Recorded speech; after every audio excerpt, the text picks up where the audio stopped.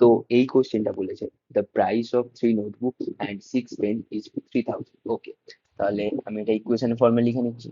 3টে নোটবুক, তাহলে 3 × n, n মানে notebook, plus 6p is equal two, sorry এটা হবে আমাদের 3000, 6000 লিখে দিয়েছিলাম, তো 3000।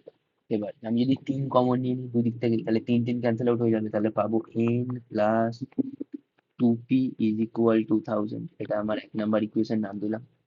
আর উইথ দ্য সেম মানি, তাহলে কত মানি, 3000 দিয়ে one can buy a notebook and 12 pen, তাহলে n প্লাস 12p, এটা হচ্ছে আমার 3000, এটা হচ্ছে আমার ইকুয়েশন।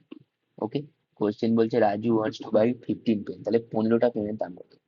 এবার আমি তাহলে 1 নাম্বার আর 2 নাম্বার ইকুয়েশন, আমি যদি 2 number equation minus 1 number equation করি তাহলে কি পাবো, তাহলে এন এন আমার ক্যান্সেল আউট হয়ে যাবে, তাহলে 12 - 2 করলে পাবো 10p ইজ ইকুয়াল টু 3 - 1 মানে 2, 2000।